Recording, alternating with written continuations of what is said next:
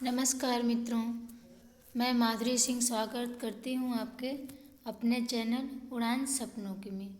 आज भक्ति काल में कृष्ण काव्य का चौथा क्लास है। पहला क्वेश्चन देखिएगा। जोगी मत जा मत जा मत जा, भक्ति में जोगी से मीरा का अभिप्राय है। कृष्ण का, उद्धव का, योगी का या गोरखनाथ का? तो जोगी मत जा का अभिप्राय क्या है? कृष्ण से है। व्याख्या देखिएगा। उपर्युक्त पंक्ति में जोगी से मीरा का अभिप्राय कृष्ण से है, शेष विकल्प असत्य हैं। मीरा ने कृष्ण को जोगी, जोगिया, रावल आदि संबोधन भी दिए हैं। इन संबोधनों के संदर्भ से ही मीरा पर नाथपंथी कई प्रभाव की बात कही जाती है। ऐसे पदों में मीरा की अपने आराध्य के प्रति प्रेम की तीव्रता दीवानगी के हद तक है। मीरा की इस तीव्रता को सूफी संतों के प्रभाव से भी जोड़ा जाता है। इसके अतिरिक्त मीरा ने कुछ पदों में सद्गुरु का भी उल्लेख किया है। इस प्रकार साक्ष्यों से मीरा को निर्गुण संत परंपरा का प्रमाणित करने का प्रयास किया जाता है। यद्यपि मीरा कबीर, रैदास, नानक या पुष्टि मार्गीय भक्त कवियों की तरह भ्रमणशील नहीं थी, यद्यपि उनकी साधु मंडली में प्रत्येक पंथ के साधु तथा भक्तजनों का स्वागत था। मीरा की भक्ति का आधार कृष्ण के प्रति एक निष्ठ प्रेम है। मीरा के पदों को 3 भागों में बांटा गया है। मीरा के पदों को 3 भागों में बांटा गया है। लीला, विनय तथा व्यक्तिगत अनुराग। मीरा जोधपुर के राजा रत्न सिंह की पुत्री हैं और चित्तौड़ के राजा भोज की पत्नी थी। इनका जन्म 1516 ईस्वी में कुड़की राजस्थान में और मृत्यु 1546 ईस्वी में द्वारका स्थित रणछोड़नाथ जी के मंदिर में हुई थी। मीरा की प्रमुख काव्य कृतियाँ हैं गीत गोविंद का टीका, नरसिंह जी का मायरा, राग गोविंद, मल्हार राग, मीरा की गरबी, राग सोरठा, रुक्मिणी मंगल आदि। मीरा के स्फुट पद मीराबाई की पदावली नाम से प्रकाशित है। अगला क्वेश्चन देखिएगा। गोकुल सबे गोपाल उपासी, जोग अंध साधत जे उधो, ते सब बसत ईसपुर काशी। इसमें ईसपुर से व्यंजित अर्थ क्या है? शिव की नगरी है, विष्णु की नगरी है, देवताओं की नगरी या कृष्ण की नगरी? तो ईसपुर में ते सब बसत ईसपुर काशी, ईसपुर से क्या है? शिव की नगरी है। ईसपुर से क्या है? ये शिव की नगरी है। व्याख्या देखिएगा आप लोग। ईसपुर से व्यंजित अर्थ शिव की नगरी। उपयुक्त काव्य पंक्तियाँ सूरदास द्वारा प्रणीत भ्रमर गीत सार से उद्धृत है। गोपियाँ कहती हैं, हे उद्धव, गोकुल के सब लोग कृष्णोपासक हैं। आप तो हम लोगों को अष्टांग योग की शिक्षा दे रहे हैं। अष्टांग योग की साधना करने वाले तो शंकर की नगरी काशी में निवास करते हैं। सूरदास द्वारा रचित प्रमुख ग्रंथ देखिएगा। सूरसागर, सुरसरावली, साहित्य लहरी।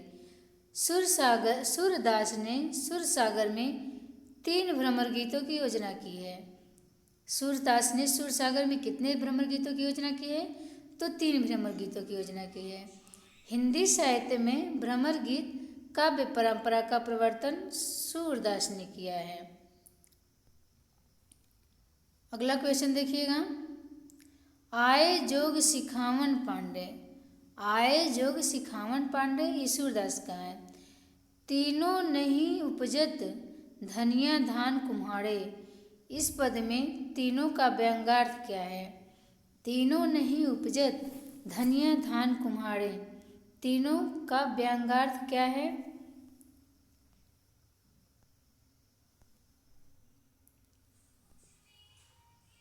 धनिया धान कुम्हाड़ा है कि प्रेम भक्ति साधना, निर्गुण की साधना योग साधना है। भक्ति प्रकृति ज्ञान है कि कृषि उपज हृदय का भाव और साधना है। तो उसमें धनिया दान सिंघाड़े का मतलब क्या है? कुम्हाड़े का मतलब प्रेम भक्ति साधना, निर्गुण की साधना और योग की साधना। ऑप्शन नंबर बी सही है। व्याख्या देखिएगा। उक्त पदों में 3 शब्दों का व्यंग्यार्थ प्रेम भक्ति, प्रेमा भक्ति साधना, निर्गुण साधना, योग साधना है। उपर्युक्त काव्य पंक्तियाँ सूरदास कृत सूरसागर के भ्रमर गीत प्रसंग से उद्धृत है। प्रस्तुत दोहा में गोपियों द्वारा उद्धव पर तंज कसते हुए कह रही हैं, हे सखी, कह रहे कि हे सखी देखो तो योग शास्त्र सिखाने के लिए पंडित जी आ गए हैं। गोपियाँ कहती हैं, उद्धव तुम अच्छी प्रकार से जानते हो कि धनिया, धान और काशी फल इन तीनों की खेती एक स्थान पर होना संभव नहीं है, ये असंभव है। इसलिए हमारे लिए श्री कृष्ण को छोड़कर तुम्हारे परम ब्रह्म को स्वीकार करना असंभव है।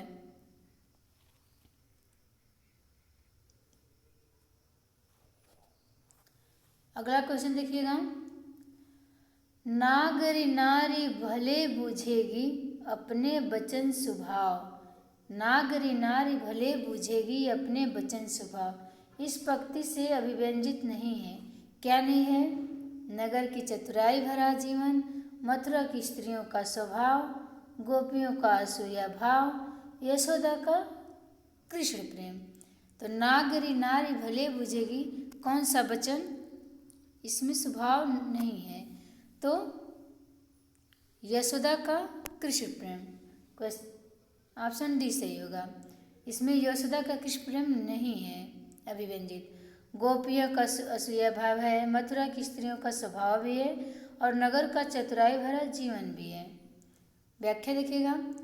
उक्त पंक्ति से यशोदा का कृष्ण प्रेम अभिव्यंजित नहीं है। अन्य विकल्पों का कथन इस पंक्ति से संबंधित है।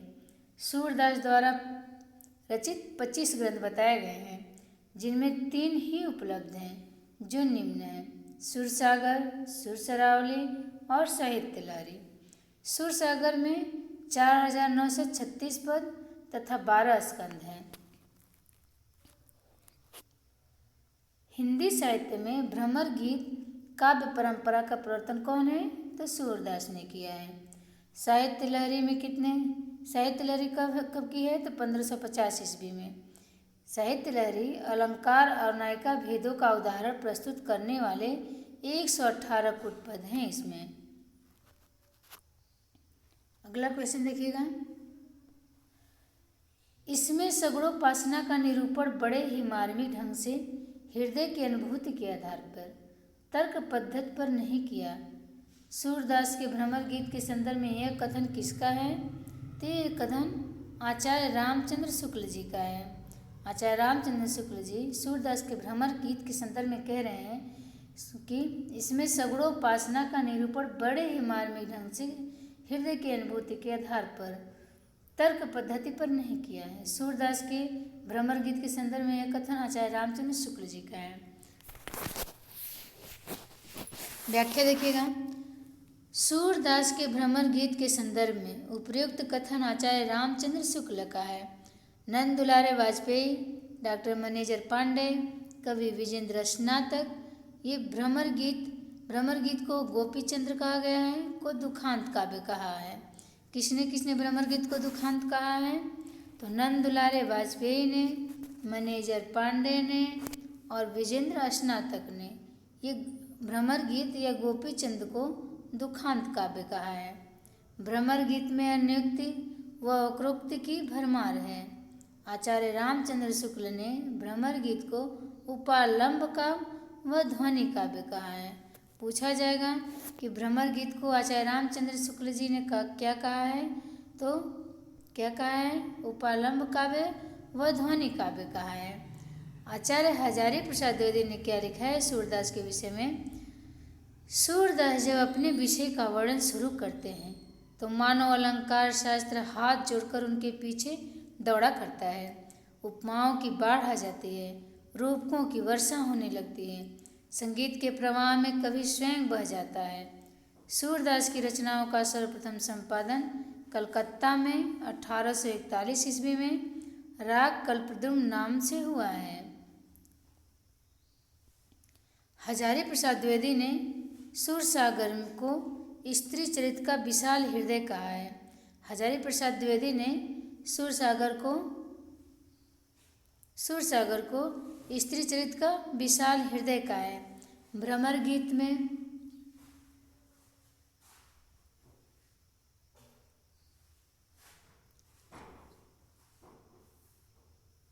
अगला क्वेश्चन देखिएगा, अष्टयाम किसकी रचना है? अष्टयाम किसकी रचना है? तो अष्टयाम जो है सभी को पता है, जैसे कि नाभादास की है। अष्टयाम नाभादास की है। व्याख्या देखिएगा, अष्टयाम भक्ति काल के कवियों को में स्वामी अग्रदास के शिष्य नाभादास की रचना है। इनकी कृतियाँ भक्तमाल, अष्टयाम, राम भक्ति संबंधी स्फुट पद। भक्तमाल में लगभग 200 भक्तों का चरित्र गान है। अष्टयाम ब्रजभाषा गद्य और पद्य दोनों में पृथक पृथक उपलब्ध है। अगला क्वेश्चन देखिएगा, नंददास की किस कृति पर मुग्ध होकर उन्हें जड़िया की उपाधि दी गई? अनेकार्थ मंजरी, पदावली, रास पंचाध्याय या भंवर गीत? तो किस पे मुग्ध होकर उन्हें जड़िया की उपाधि दी गई? तो रास पंचाध्याय पर। व्याख्या देखिए, रास पंचाध्याय कृति पर मुग्ध होकर नंददास को जड़िया की उपाधि दी गई। नंददास ब्रजभाषा के कृष्ण भक्त कवि थे। वे अष्टछाप यानी पुष्टि मार्ग के 8 कवियों में एक थे। ये गोस्वामी विट्ठलनाथ के शिष्य थे। नंददास विट्ठलनाथ के शिष्य थे, यानी नंददास थे, इनके गुरु विट्ठलनाथ थे। रचनाएं देखिएगा नंददास की, रास पंचाध्याय, सिद्धांत पंचाध्याय, अनेकार्थ मंजरी, रूप मंजरी, रस मंजरी, भंवर गीत, रुक्मिणी मंगल, सुदामा चरित आदि। सुदामा चरित रसखान के भी हैं और आलम की भी हैं। अगला देखिएगा, नंददास और सूरदास की नायिकाएं भावुक हैं। नंददास और सूरदास की नायिकाएं भावुक हैं, जबकि नंददास की नायिकाएं तर्कशील हैं। नंददास और सूरदास की नायिकाएं कैसी हैं? भावुक हैं, जबकि नंददास की नायिकाएं तर्कशील हैं। नंददास और सूरदास में सूरदास की नायिकाएं जो है वो भावुक हैं और नंददास की तर्कशील है। पदावली ग्रंथ के रचयिता विद्यापति हैं। अगला क्वेश्चन देखिएगा, साहित्य लहरी के रचयिता कौन हैं? नंददास हैं, सूरदास हैं, गोविंद स्वामी हैं या कृष्णदास है? साहित्य लहरी के रचयिता कौन हैं? तो सूरदास हैं। व्याख्या देखिएगा, इस ग्रंथ में सूर्य की वंश परंपरा का परिचय मिलता है। सूर्य अकबर के दरबारी कवि और रामदास के पुत्र चंद्रवरदाई के वंशज ब्रह्मभट्ट हैं। सूरदास के कुल 25 ग्रंथ बताए जाते हैं, जिसमें 7 उपलब्ध हैं। देखिए कौन कौन हैं। 25 ग्रंथ सूरदास के हैं और 7 उपलब्ध हैं। सूरसागर, सुरसरावली, सुर रामायण, सुरसाखी, साहित्य लहरी, राधा रसकेली और सुर पचीसी। 7 उपलब्ध हैं और शुक्ल जी ने 3 माना है। अगला देखिएगा, सूरदास की मृत्यु पर विट्ठलदास ने क्या कहा था कि पुष्टि मार्ग को जहाज जात है, सो जाको कछु लेनो हो सो लेऊ। आचार्य शुक्ल ने लिखा है, सुर की बड़ी भारी विशेषता है नवीन प्रसंगों की प्रसंगोद्भावना करने वाली ऐसी प्रतिभा हम तुलसी में नहीं पाते। ये सूरदास का कथन है। देखिएगा अगला, तोरी मानन ते हियो फोरी मोहिनी मान, प्रेम देव की छवि ही लखी भय मियाँ रसखान। आचार्य रामचंद्र शुक्ल के अनुसार उपयुक्त दोहे से प्रमाणित होता है कि, क्या प्रमाणित होता है? रसखान किसी स्त्री पर आसक्त थे, स्त्री मानवती थी और रसखान का अनादर करती थी। इसमें बताना है कौन सही है कौन नहीं। रसखान स्वयं को प्रेम का मानदंड मानते थे। रसखान को भास हुआ कि जिस पर गोपियाँ मरती हैं उसी पर ध्यान लगाया जाए। तो इसमें कौन सा सही है? ये बी वाला सही है, डी। देखिए डी वाला भी सही है, बी और ए। तो डी वाला सही है, रसखान को भास हुआ कि जिस पर गोपियाँ मरती हैं उसी पर ध्यान लगाया जाए। और रसखान किसी स्त्री पे आसक्त थे, स्त्री मानवती थी और रसखान का अनादर करती थी। ये सब सही है तीनों। व्याख्या देखिएगा, हाँ व्याख्या। आचार्य रामचंद्र शुक्ल के अनुसार उपयुक्त दोहे से प्रमाणित होता है कि रसखान किसी स्त्री पर आसक्त थे, स्त्री मानवती थी और रसखान का अनादर करती थी। रसखान को भास हुआ कि जिस पर गोपियाँ मरती हैं उसी पर ध्यान लगाया जाए। रसखान का पूरा नाम क्या है? सैयद इब्राहिम। कृष्ण भक्ति के लिए कवित सवैया पद्धति को अपनाने वाले प्रथम कवि कौन हैं? तो रसखान हैं। इनकी रचनाएं देखिएगा रसखान की, सुजान रसखान, दान लीला, अष्टयाम, प्रेम वाटिका। तुलसी जी ने अपना रामचरितमानस सर्वप्रथम रसखान को ही सुनाया था। प्रेम वाटिका में किसकी काव्य कृति है? प्रेम वाटिका में किसकी काव्य कृति है? रसखान की, आलम की या नागरीदास की या भारतेंदु हरिश्चंद्र की? तो प्रेम वाटिका में रसखान की काव्य कृति है। व्याख्या देखिएगा, प्रेम वाटिका रसखान 1614 की काव्य कृति है। इसमें राधा कृष्ण में को मालिनी मानकर प्रेमोद्यान का वर्णन किया गया है। रसखान का मूल नाम सैयद इब्राहिम है। आलम को देखिएगा, ये रीति मुक्त धारा के कवि हैं। प्रेम की पीर या इश्क का दर्द इनके जैसा एक एक वाक्य में मिलता है। इनकी प्रमुख रचना आलम केली, माधवा नलकाम कंदला, सुदामा चरित है। नागरीदास को देखिएगा, ये प्रमुख रचना नागरीदास की इश्क चमन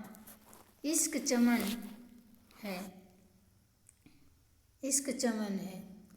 नागरीदास का प्रमुख रचना क्या एक ही है? इश्क चमन। इश्क और मन नगर में घूमता रहता है। अब देखिएगा, भारतेंदु जी को इनके गद्य, ये जो भारतेंदु हैं ये गद्य के प्रवर्तक हैं। भारतेंदु जी गद्य के प्रवर्तक के रूप में जाना जाता है। इनके काव्य ग्रंथों की संख्या 70 है। थोड़ा सा धुंधला दिख रहा है, मैं क्लिक नहीं कर पाई हूँ फोटो अच्छे से, फिर लेकिन पढ़ दे रही हूँ। इनके प्रमुख काव्य संग्रह हैं भक्ति सर्वस्व, कार्तिक स्नान, प्रेम सरोवर, प्रेम माधुरी, होली, वर्षा विनोद। अगला क्वेश्चन है, नायिका भेद पर आधारित ग्रंथ रसमंजरी के रचनाकार कौन है? सूरदास, नंददास, बिहारी, विद्यापति। तो ये नंददास हैं। नायिका भेद पर आधारित ग्रंथ रसमंजरी के रचनाकार कौन है? नंददास है। नायिका भेद पर आधारित ग्रंथ रसमंजरी के रचनाकार नंददास हैं। यह रीति निरूपण संबंधी रचना है। इसमें नायिका भेद का वर्णन किया गया है। स्वकीय परकीय नायिका के भेदों के साथ 9 प्रकार की नायिकाओं का वर्णन किया है।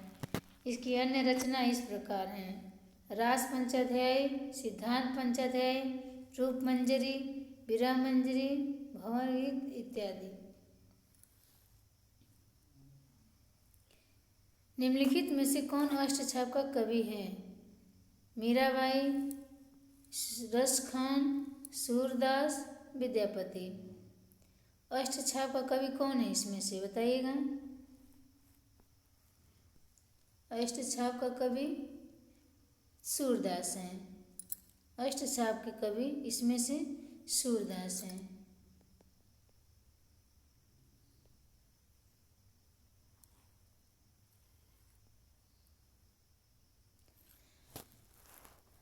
व्याख्या देखिएगा। सूरदास अष्टछाप के कवि हैं। आचार्य रामचंद्र शुक्ल अपने हिंदी साहित्य के इतिहास में कृष्ण भक्ति शाखा के अष्टछाप कवियों का जीवन क्रम निम्नवत दिया है।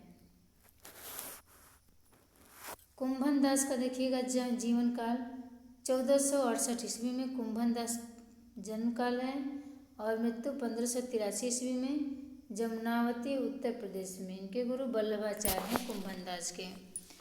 सूरदास का जन्म 1478, मृत्यु 1585। कुंभन और सूर का मृत्यु एक साथ है 1585 में। तो सूरदास कहाँ के थे? ये उत्तर प्रदेश से ही के थे। परमानंद 1493, ये कन्नौज उत्तर प्रदेश के हैं।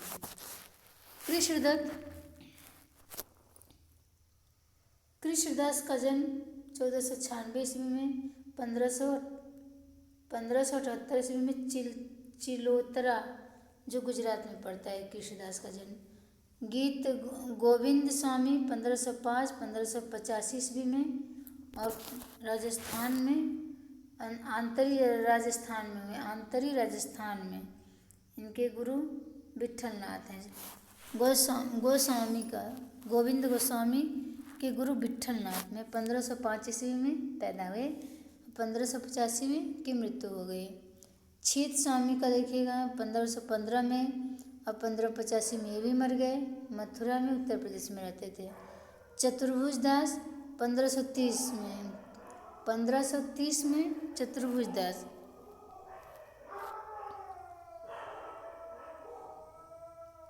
1530 में चतुर्भुज दास हैं। 30 अब 1585 में इनकी भी मृत्यु हुई है। कई लोगों की 1585 मृत्यु हो गई। ये जमुनावती उत्तर प्रदेश में। नंददास 1533, ये भी 1583 में रामपुर उत्तर प्रदेश में। अगला क्वेश्चन देखिएगा आप लोग।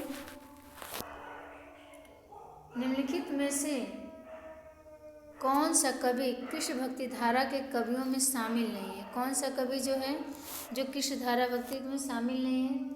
नाभादास, हरिदास, नंददास या ध्रुवदास।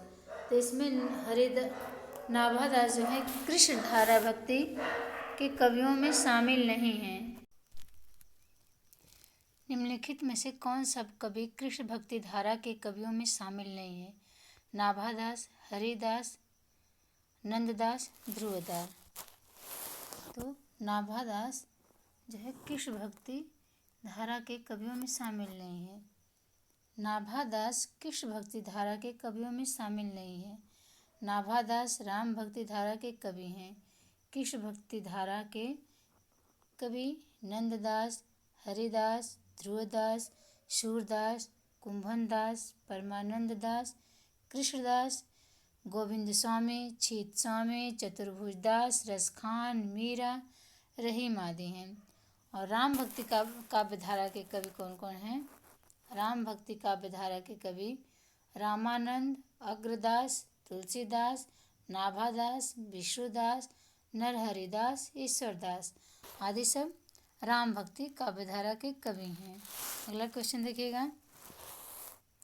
केवल प्रेम लक्षणा भक्ति का आधार ग्रहण करने के कारण कृष्ण भक्ति शाखा में अश्लील विलासिता की प्रवृत्ति जागृत हुई। केवल प्रेम लक्षणा भक्ति का आधार ग्रहण करने के कारण कृष्ण भक्ति शाखा में अश्लील विलासिता की प्रवृत्ति जागृत हुई। ये कथन किसका है? यह विचार किसका है? तो ये रामचंद्र शुक्ल जी का है। व्याख्या देखिएगा। केवल प्रेम लक्षणा भक्ति का आधार ग्रहण करने के कारण कृष्ण भक्ति शाखा में अश्लील विलासिता की प्रवृत्ति जागृत हुई। यह विचार आचार्य रामचंद्र शुक्ल जी का है। अगला क्वेश्चन देखिएगा। श्री वल्लभाचार्य ने जिस कृष्ण भक्ति को प्रतिष्ठित किया उसका दार्शनिक आधार क्या है? तो श्री वल्लभाचार्य का दार्शनिक आधार क्या है? अद्वैत दर्शन, द्वैत दर्शन, शुद्धाद्वैत दर्शन या द्वैताद्वैत दर्शन।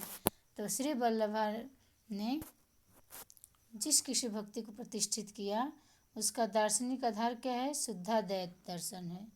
वल्लभाचार्य ने अपनी किस भक्ति में जिस दार्शनिक को आधार बनाया वह शुद्धाद्वैतवाद है, जिसमें पुष्टि भक्ति की आधार थी। पुष्टि भक्ति ही आधार था। भगवान को पोषण प्राप्त करना ही भक्ति का लक्ष्य था। मध्यकाल के अन्य दर्शन थे। मध्यकाल के अन्य दर्शन थे देखिएगा, मध्वाचार्य का द्वैत दर्शन, मध्वाचार्य का द्वैत दर्शन, तो ये मध्वाचार्य का हो गया।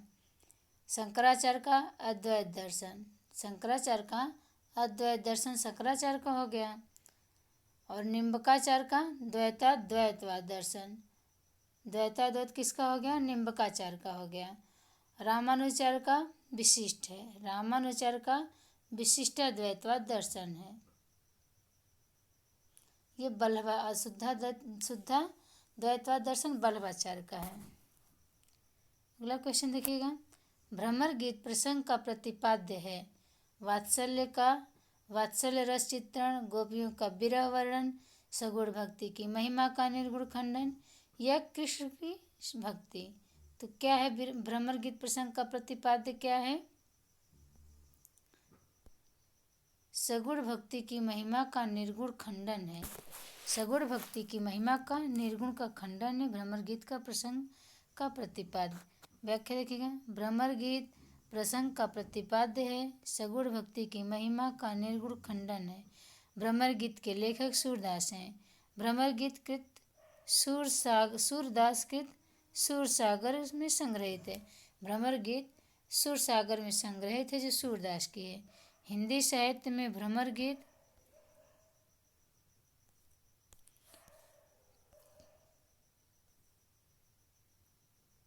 एक पूर्ण प्रसंग के रूप में वर्णन श्रीमद्भागवत के दसम स्कंद के 47वें अध्याय के 12 से 21 श्लोक में मिलता है।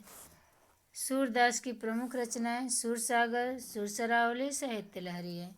अगला क्वेश्चन, भ्रमर गीत का उपजीव्य ग्रंथ कौन सा है?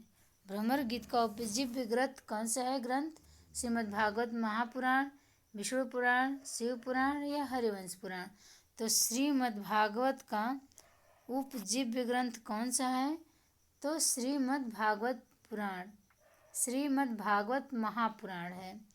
व्याख्या देखिएगा, भ्रमर गीत का उपजीव्य ग्रंथ श्रीमद्भागवत महापुराण का दसम स्कंद माना जाता है। सूरदास ने सूरसागर में 3 भ्रमर गीत की योजना की है। भ्रमर गीत का सर्वप्रथम एक पूर्ण प्रसंग के रूप में वर्णन श्रीमद्भागवत के दसम स्कंद के 47वें अध्याय के 12 से 21 श्लोक में मिलता है। हिंदी साहित्य में भ्रमर गीत परंपरा का प्रवर्तन कौन करता है? तो सूरदास करते हैं। सूरदास के दृष्टिकोण पद में, अगला क्वेश्चन देखिएगा, सूरदास के दृष्टिकूट पद किस काव्य ग्रंथ में संकलित है? सुरसागर, सुरसरावली या साहित्य लहरी या इनमें से कोई नहीं। तो किस में संकलित है? साहित्य लहरी में संकलित है। सूरदास के दृष्टिकूट पद साहित्य लहरी में संकलित है। व्याख्या देखिएगा, सूरदास के दृष्टिकूट पद साहित्य लहरी काव्य ग्रंथ में संकलित है। साहित्य लहरी 1550 ईस्वी में अलंकार और नायिका भेदों के उदाहरण प्रस्तुत करने वाले 118 दृष्टिकूट पद हैं। सूरदास का वात्सल्य रस का सम्राट कहा जाता है। सूरदास को वात्सल्य रस का सम्राट कहा जाता है। अगला क्वेश्चन है, श्रृंगार और वात्सल्य रस का सम्राट किस कवि को कहा जाता है? तो श्रृंगार और वात्सल्य रस का सम्राट किसे कहा जाता है? सूरदास को कहा जाता है। श्रृंगार और वात्सल्य रस का श्रृंगार और वात्सल्य रस का सम्राट किस कवि को कहा जाता है? तो सूरदास को कहा जाता है। व्याख्या देखिएगा, कृष्ण भक्ति शाखा के प्रतिनिधि कवि सूरदास को श्रृंगार और वात्सल्य रस का सम्राट कहा जाता है। आचार्य रामचंद्र शुक्ल ने तुलसीदास को अनुप्रास का बादशाह कहा है। नंददास को जड़िया कवि कहा जाता है। नंददास को जड़िया कवि कहा जाता है और तुलसीदास को अनुप्रास किसने कहा है? तो रामचंद्र शुक्ल ने कहा है। अगला क्वेश्चन क्या है? गौड़ी संप्रदाय के प्रवर्तक आचार्य थे, तो पता है चैतन्य महाप्रभु हैं। गौड़ी संप्रदाय के प्रवर्तक आचार्य चैतन्य महाप्रभु थे।